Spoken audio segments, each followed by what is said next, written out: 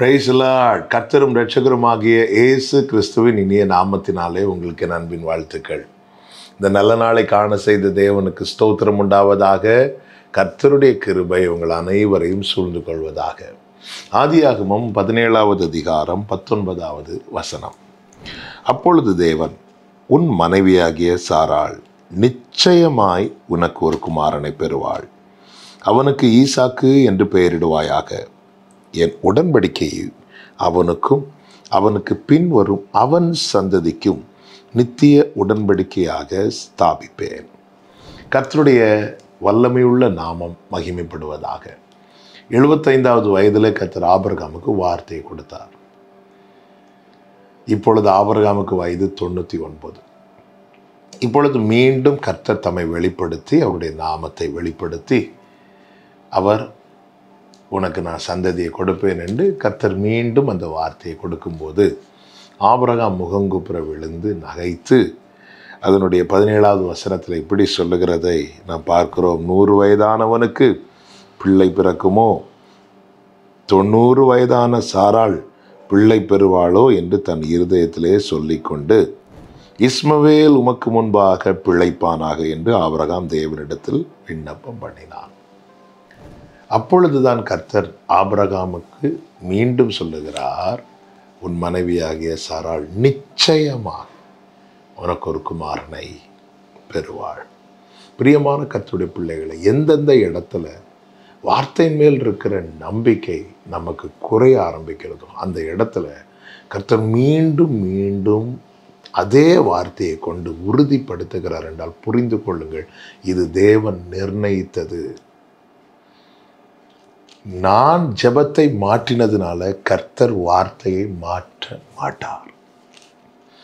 அவருடைய உண்மை என்பது மாறாதது.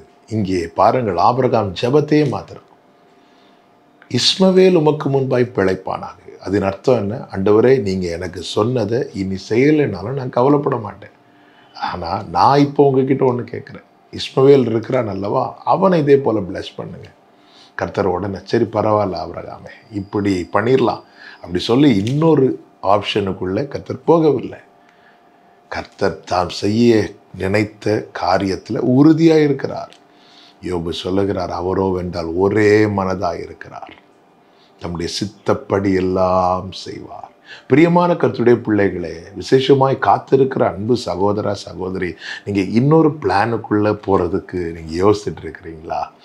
அப்படி யோசிக்கும் போதெல்லாம் கர்த்தர் அதே வார்த்தையை திரும்ப திரும்ப தருகிறார் என்றால் அந்த காரியத்தை குறித்து கர்த்தர் நிர்ணயித்து விட்டார் என்று அர்த்தம். இந்த வசனத்தில் சொல்லப்பட்டிருக்கிறத கவனிச்சிங்களா?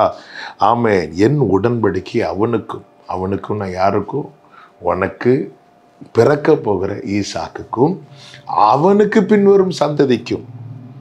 ஆமென். அவனுக்கு பின்வரும் சந்ததிக்கும். இன்னும் ஈசாக்கையே பார்க்கல. ஈசாக்கை பார்ப்பதே என் வாழ்க்கையில் அது நடக்காத காரியமாக இருக்கிறது. அப்படி இருக்க கர்த்தர் எதை பார்க்குறார் பார்த்தீங்களா? ஈசாக்கின் சந்ததியை பார்க்குறார். ஈசாக்கின் சந்ததி யார்? யாக்கோபு. நான் ஈசாக்கை பார்ப்பதே நடக்குமா சாத்தியமா நினைக்கும் போது நீங்கள் யாக்கோபை பார்க்க ஆரம்பிச்சிட்டீங்க. ஆண்டவரே, இதுதான் தேவன். அவருடைய பார்வை, நாம் பார்க்க வேண்டியதை அவர் முன்னமே பார்க்கிறார்.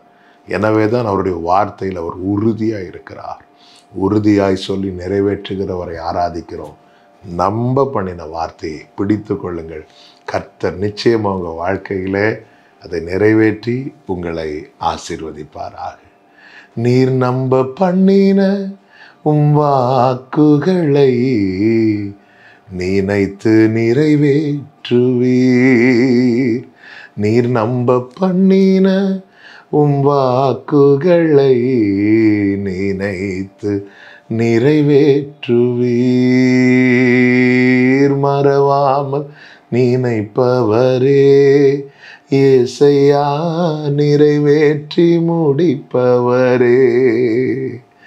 மறவாமல் நினைப்பவரே ஏசையா, நிறைவேற்றி முடிப்பவரே.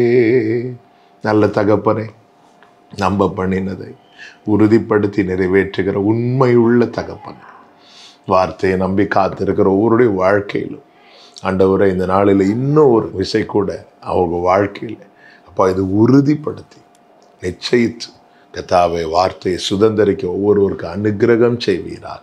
இயேசுவின் நாமத்தில் பிதாவே.